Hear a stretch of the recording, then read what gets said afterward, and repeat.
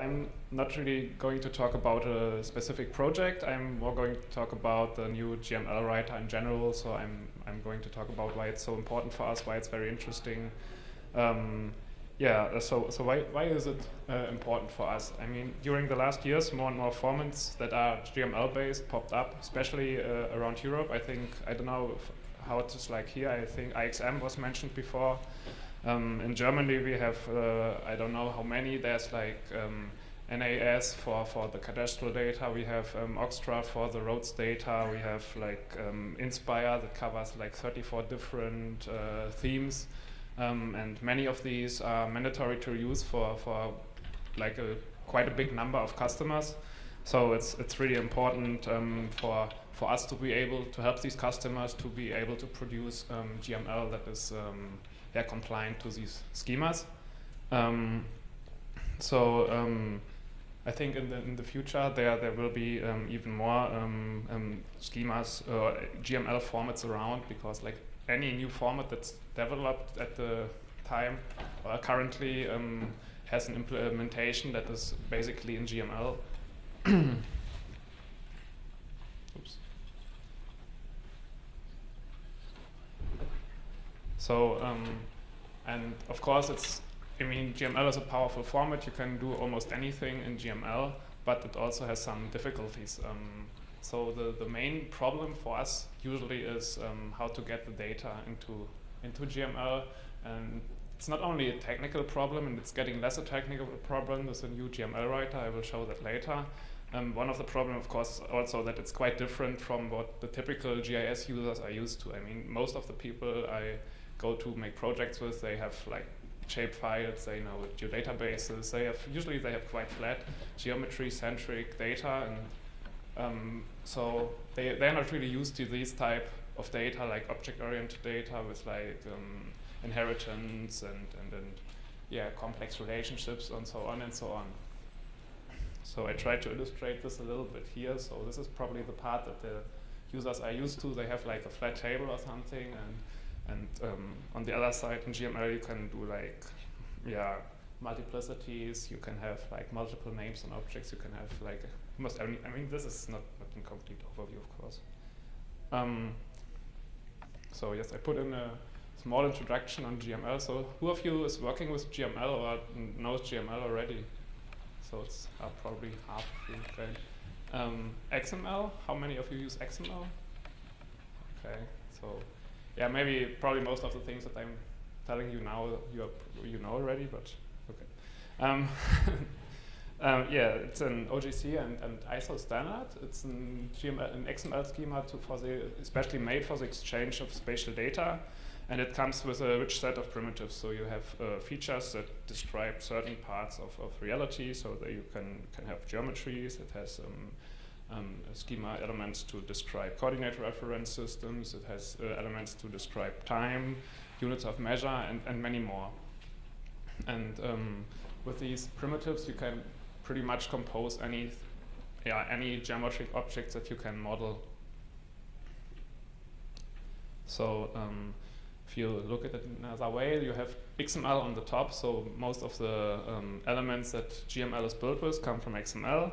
Then you have the GML schema, which gives you the profile, the attributes which gives you the primitives to describe attributes of your objects, to describe the geometry, so that you can model your domain of interest, like if it is hydrography or if it is transport. So you can model the road that has composed of a line and the road name and many more things. Then you can also, of course, have profiles that then limit the use of GML to a subset of the possible features. And all of this is described in so-called application schemas.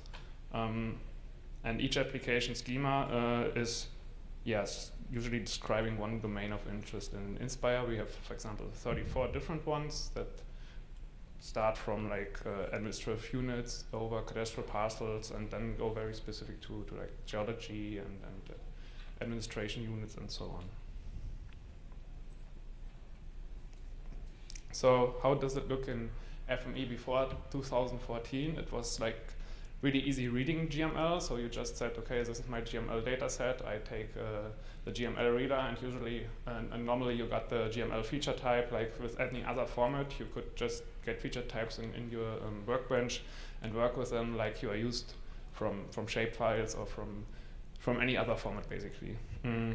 If you wanted to write the same data, it got a bit more tricky. So that's why this guy here has one very strong arm that was the reading arm, and the little bit weaker arm that was the writing side of it.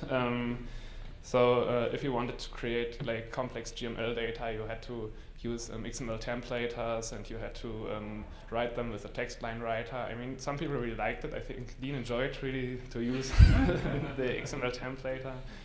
Myself, I liked it, yes, a little bit, but whenever you had to change something, or if you had to show this to customers and tell them they had to do this, then it was sometimes a bit tricky to explain, and some people even had problems when they were not so familiar with XML and so on. So I think the step that was made with the new GML writer now makes it much easier. So now we have basically the same behavior like with the GML reader. We can use a predefined application schema.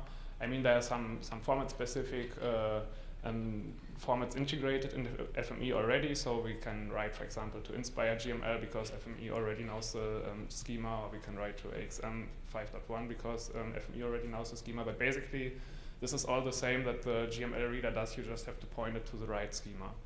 And before this was only working with the reader. Now it's also working with the writer. So now FME is strong on both arms. So, okay.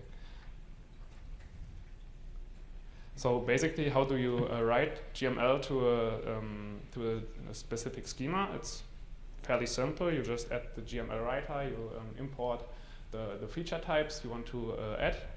And I will show this now with a small example from cadastral parcels. I prepared a workspace for this. Where's the mouse? Ah, here. I will probably have to switch to both screens. 1 second.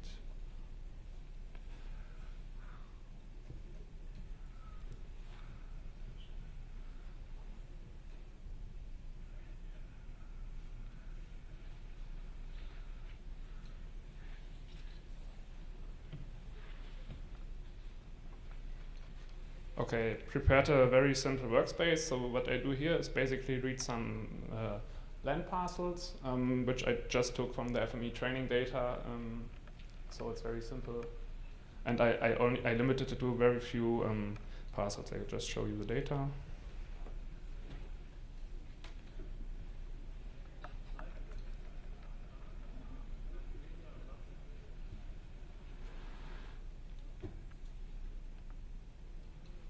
I think that's, there it is.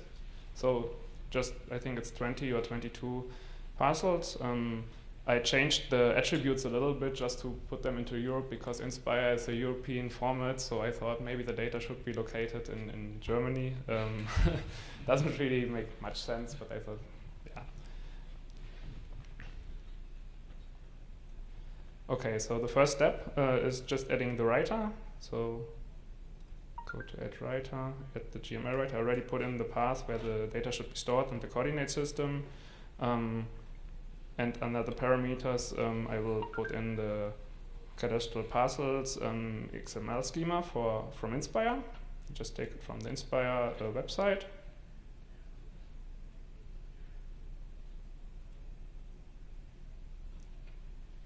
And that's the first step. So add the writer. And then the process behaves a little bit different than it does with other formats, but I think this might change in the future. I talked to some of the FME doctors and they told me they might change this as well, so that you don't have to go to righteous import afterwards and say, again, okay, I want to import the feature types that I have in my XML schema, or GML schema, sorry. So this is the feature types that are inside the schema. Actually, I think FME added some because it recognizes the namespace in the GML document, and then it says, okay, this is Inspire GML, and I will show you all the Inspire feature types I know. But in this case, we are only interested in the cadastral parcels and maybe the zoning, because these are the information that we can get from the data that we have in our source data sets. Okay, and then can basically just connect it up here.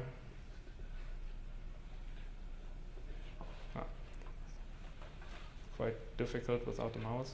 Okay, here we go. Okay, and that's it. So we have the writer already. I could run the workspace now, but it would result in pretty much nothing. You can get an empty document with a few cadastral parcels, so it's mainly just the body. Can have a look at it. So that's what I get then. So no geometry, not anything. Just the parcels and the automatically generated GML ID. So of course I need to do something more.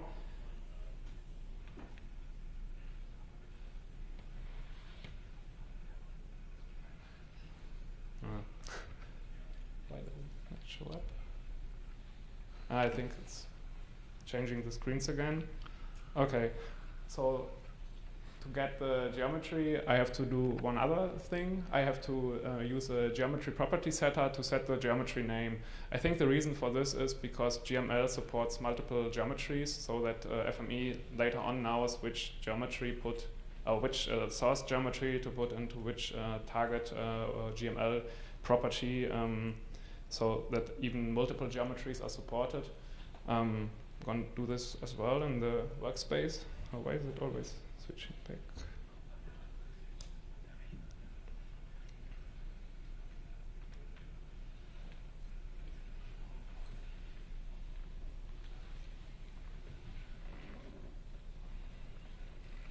Ah, sorry.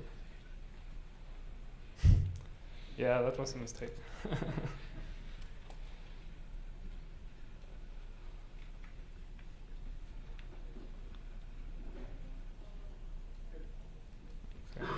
Go.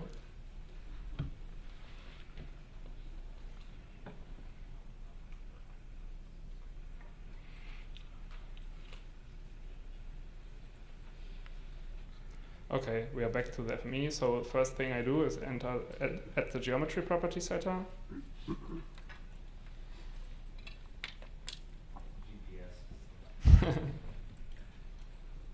Okay, here we go.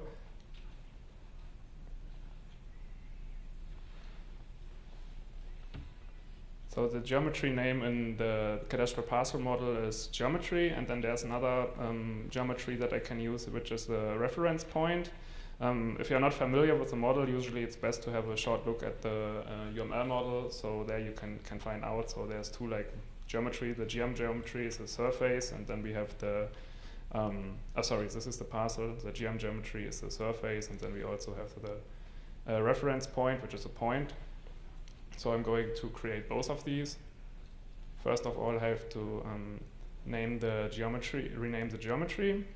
So I want to reset this and say the property name is geometry.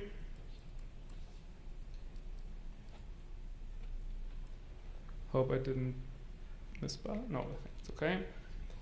And then to get the center point, or to get the reference point, I use the inside point replacer.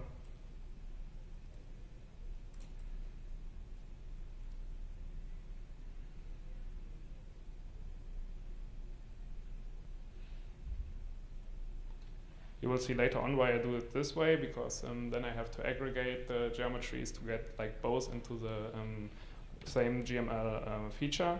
So now I have a point that replaces my original geometry. I again need a geometry property setter. This time I just duplicate it so I don't have to do all the typing. And I put in the name, so it's ref point in this case.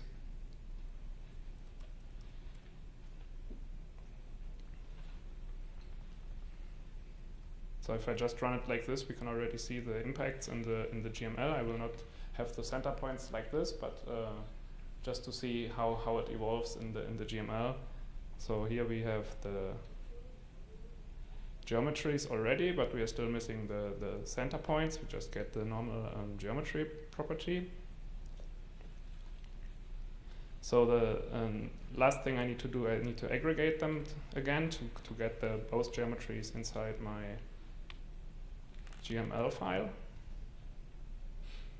So what I need to do here, I need to group them, or I need to find some property that I can group them back together with.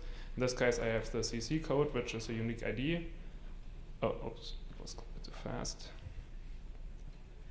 And then I can assemble the geometry, and I keep the input attributes because I might want to map some of those as well.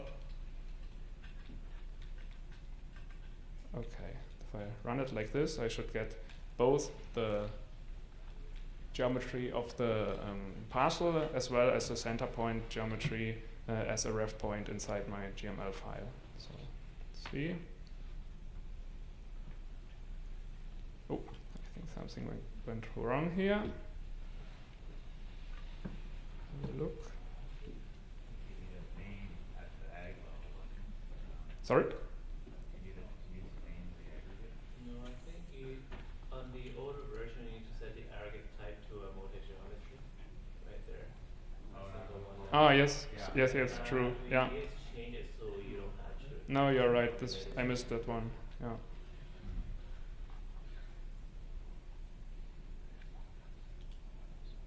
That was a change to the writer? On the writer was just done 2 weeks ago. Oh, okay. Maybe this is the first time I use service pack 2.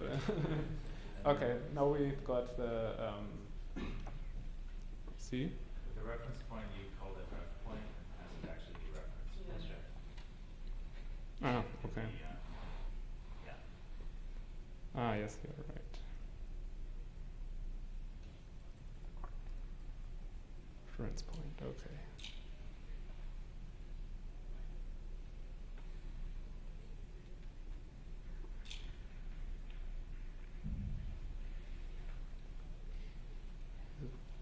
Ready?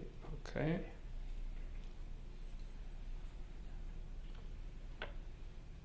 Okay, here we go. There's a reference point.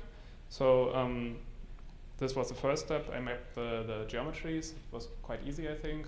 I mean, you have to know all of these, and I think could be a little bit easier, but I think for the beginning it's quite a good thing because before it wasn't possible at all. And then, yeah, we can pretty much just map the attributes. I usually use the attribute copier for this.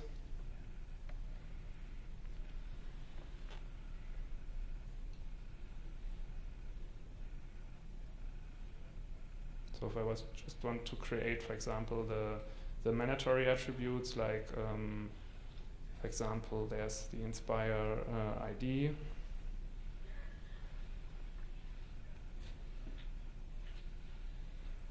Can use the CC code for, and the Inspire namespace, for example.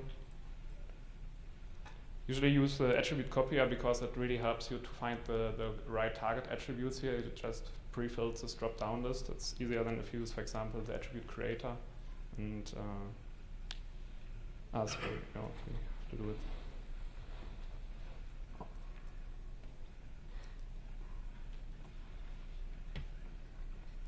Like this, for example, here I just use DE CP or something like that for the namespace, which is something that Inspire requires, and then I can, for example, also set the label. Oh, why can I remove this again? Huh? I don't know, there's no way to blank that out. So there's no other way than remove it again and to edit again? Okay, that's interesting.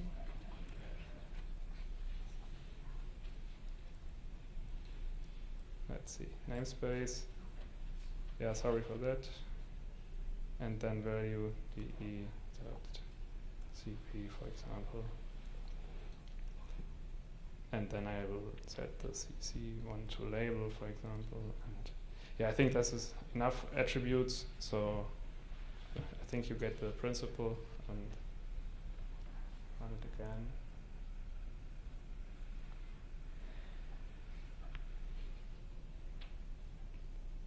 So this already gives me pretty much, yeah, a valid GML document, I think, for the Inspire GML. I mean, I can, for example, create the reference to the cadastral parcel zoning elements, or put in some more information. But I think it's fairly easy to create the GML data now. Okay, I think put it to pretty print. So.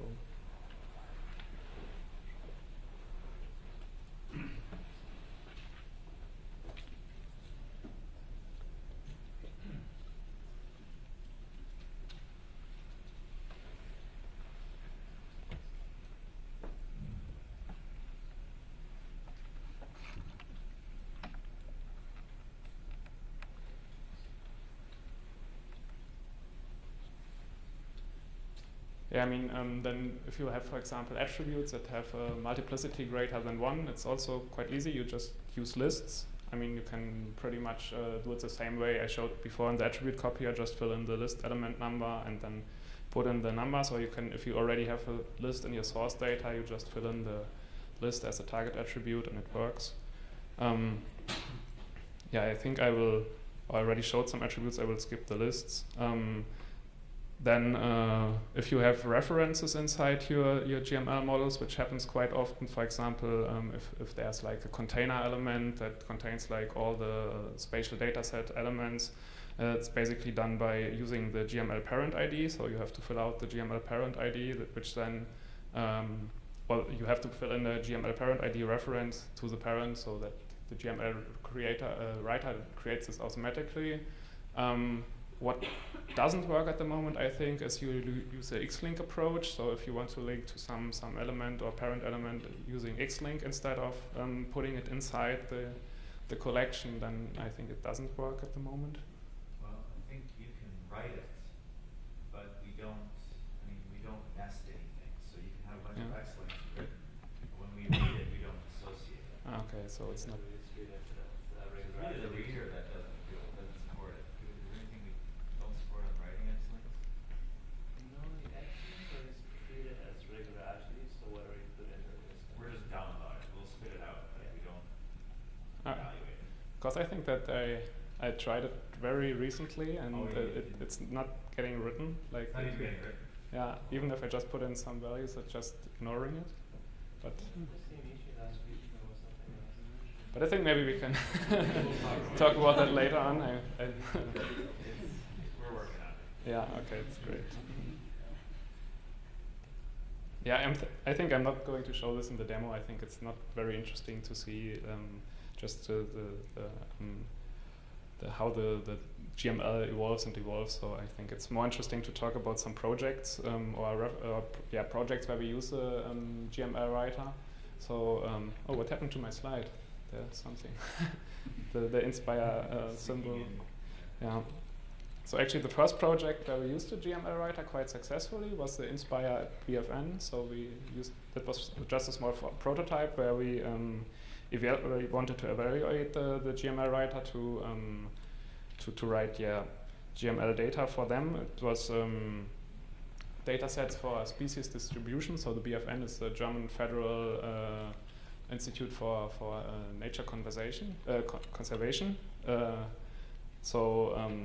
We just took about a few days to map all their species distribution data to the Inspire models, and then created atom feeds and services for Inspire. I don't know who of you is familiar with Inspire, or has to, so quite a few. Yeah, nice. And then the next step is to integrate the new GML writer capability in our Inspire solution pack. It's a product that we already have for like 3 or 4 years, which we use to create Inspire data. In the first versions, we used it to federate the geodatabase that was provided by Esri. So in the beginning, there was no way in FME to write the XML or the GML directly. But now that FME allows to write the GML. We have not, and also because ESRI is not providing the geodatabases at the moment for the NX2 and 3 themes, we use the ISP to write the GML directly, and we put in lots of tools to make the GML writing more easier for our customers. So we provide template workspaces, for example, that can be used to create all of the 34 themes. I mean, it's not done yet; it's still in development, and will probably be out end of the year or something like that. But okay, I think that was everything. Thank you very much. That's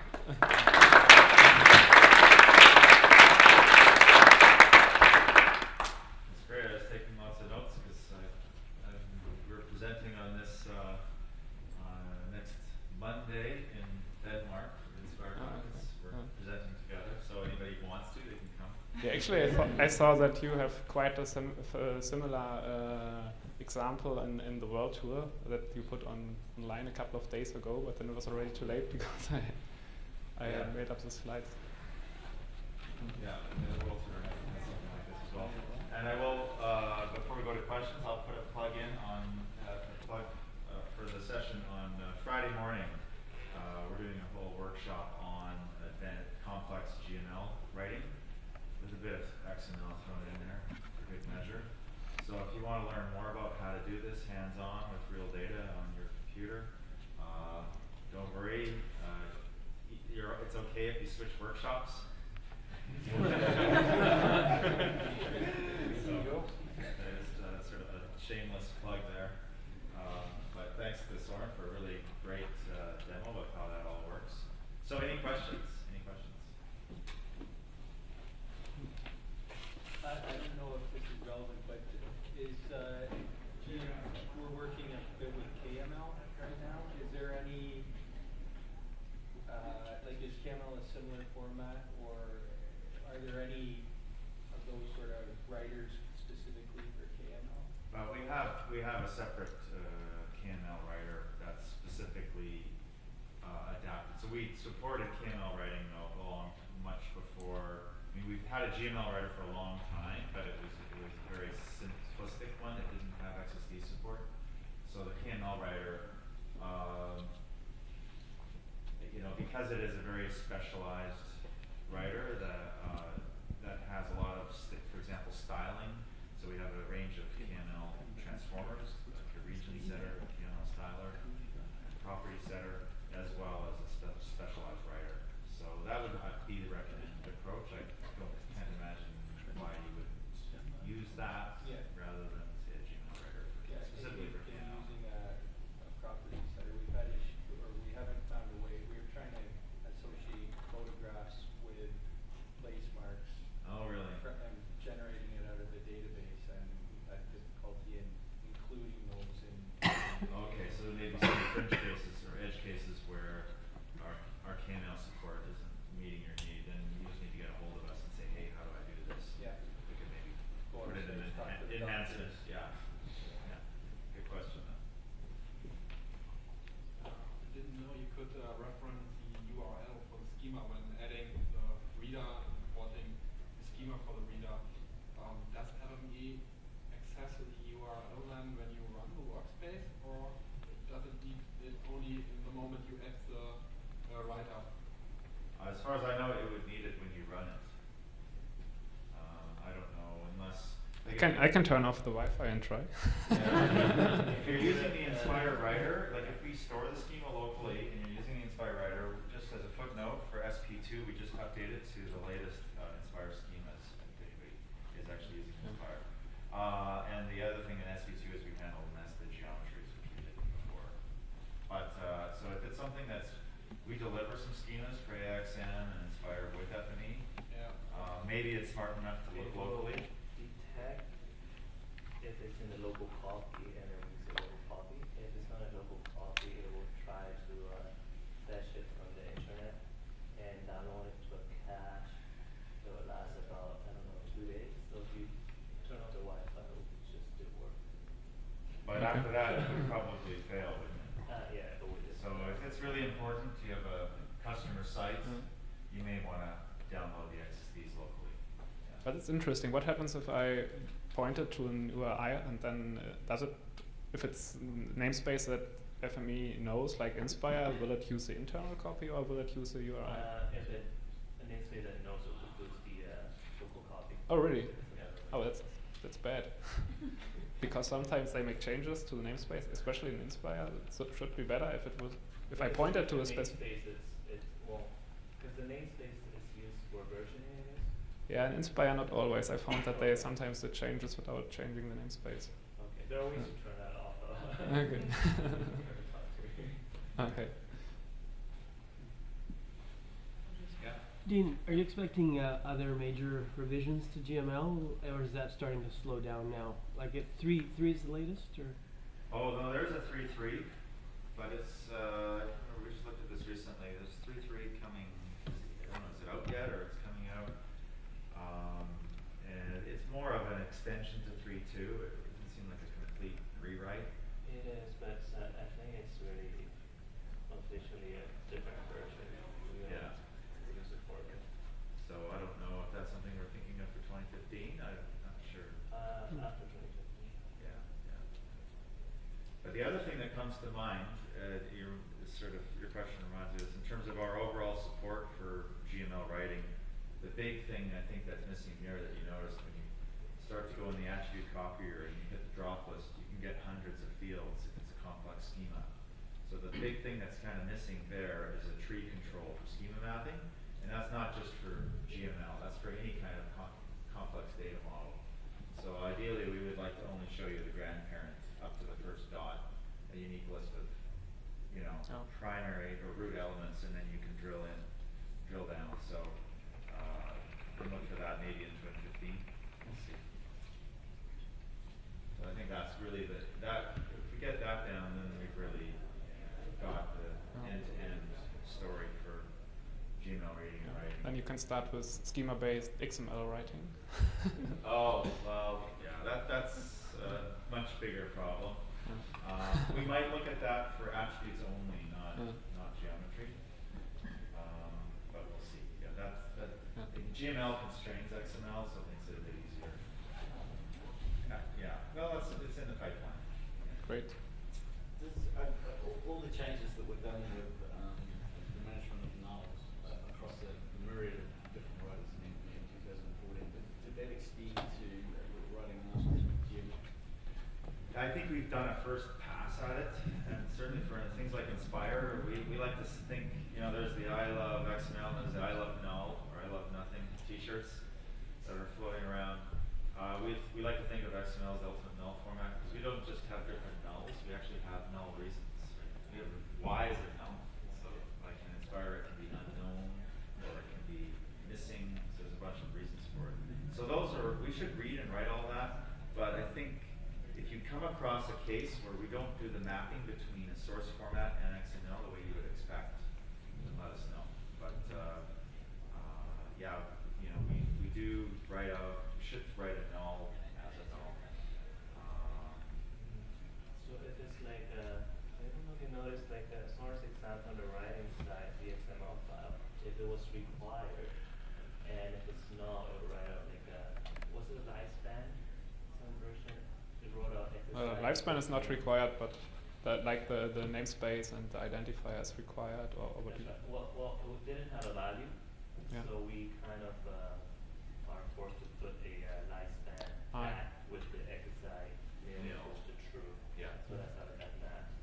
Yeah, so you can actually have when you write an XML field that's null, it actually puts a field in the nil true as a property of that, or an attribute of that.